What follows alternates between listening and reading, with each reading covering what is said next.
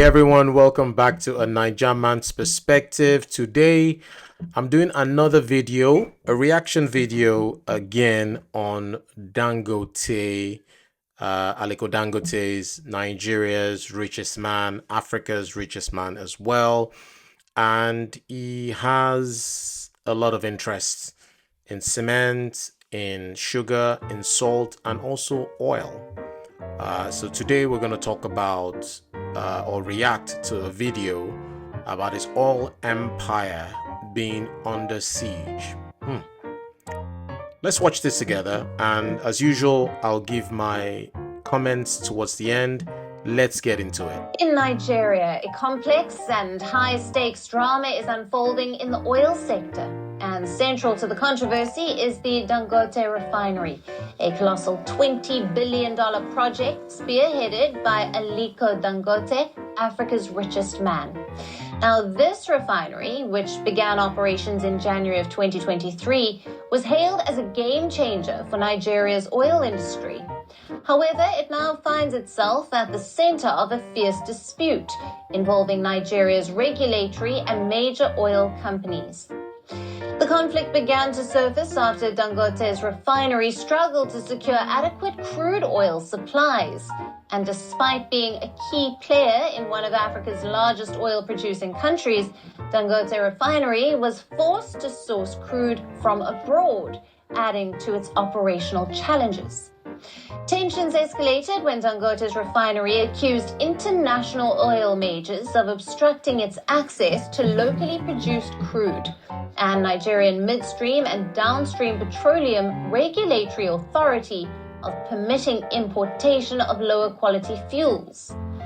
The refinery argued that such practices undermined its operations and the quality of its products.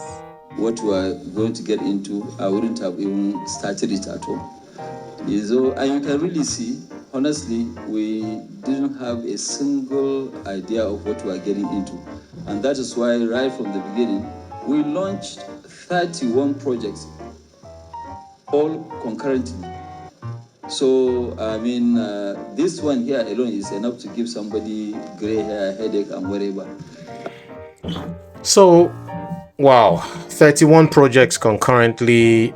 Is that really a good idea to launch that many projects at the same time? Guys, as usual, give this video a like and comment.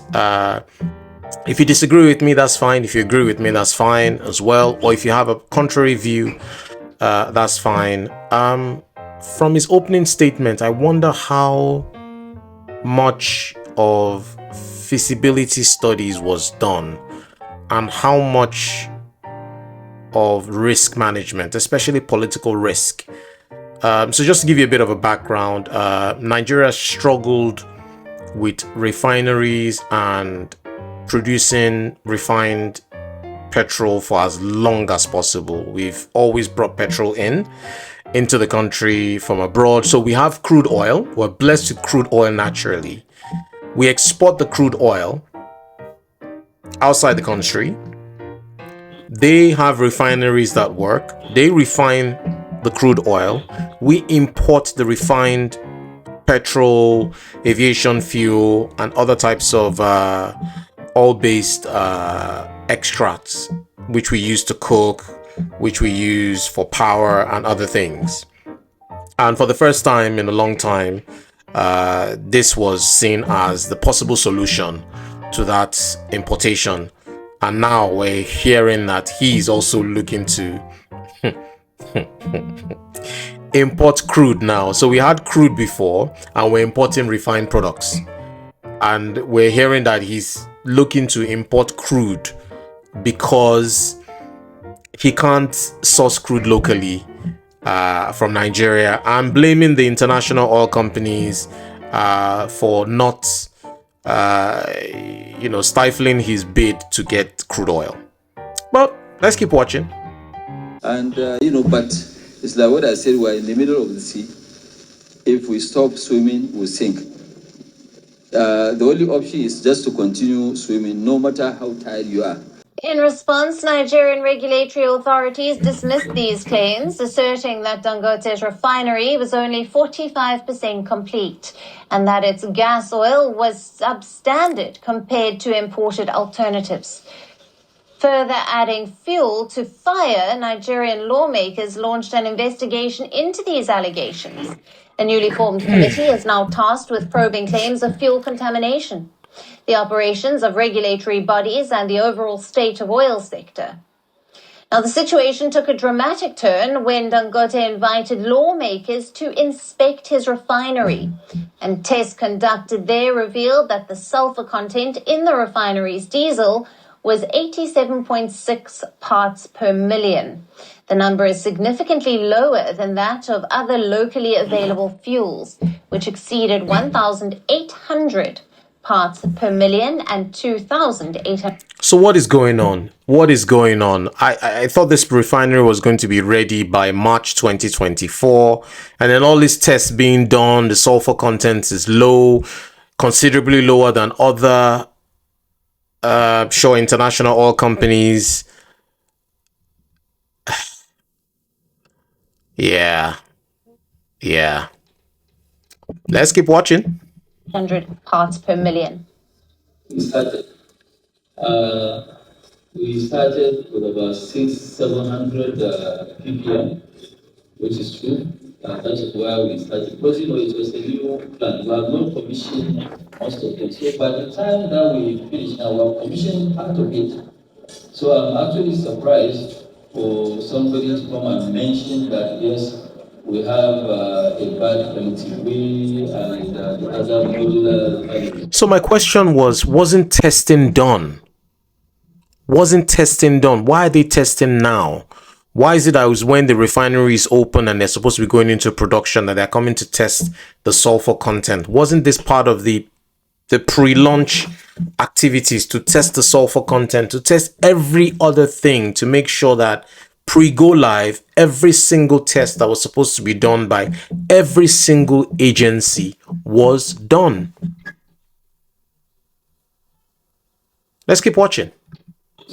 I can't talk about the quality of the modular panels, but our own today, like what I said, our own production, we have seen, we have tested it, is 87 ppm. And by the time you come even on Monday, we'll be at 50. By beginning of August, end of this month, beginning of August, we'll be at 10 ppm. Compounding the dispute, Dangote recently announced that he would halt his plans to invest in Nigeria's steel sector. This development follows a presidential election that saw President Bola Tinubu replace Muhammadu Buhari, who is an avid ally of Dangote and currently head of state. Mafia in oil business, they are worse than the mafia in drugs. Yes, so they are big, because in drugs, you at least have an idea who and who you are fighting. But in oil, you don't know.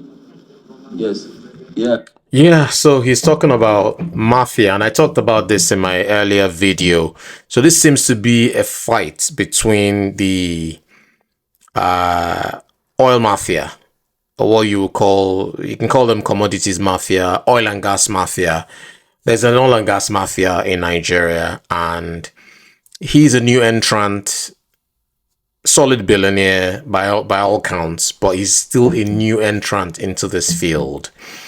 And as with all things, there will be resistance. And he's talking about it openly. He's talking about it publicly. There are things that he might not even be able to say publicly, even at his level. So it's interesting to see these things, and I'll be following this one. I might do a few more videos on this, might be reaction videos, but I'm getting closer and closer to this by the day. Let's keep on watching, and I'll give my final thoughts, and we'll call this one for the day. both internally, externally, even within, yes. And I can tell you, I'm 100% sure, they might even have people inside us. So that's how they operate. But it is also really a pity and a national shame for us that we have been trying to address the fuel queues since 1972.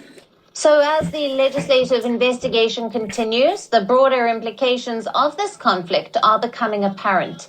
Hence, in the midst of this turbulence, the outcome of the investigation and the resolution of these disputes will be critical for Nigeria's oil industry, Dangote's business empire, and the broader economic landscape of the nation. So my question is this: with the amount of money that has been put into this refinery, estimated at $20 billion.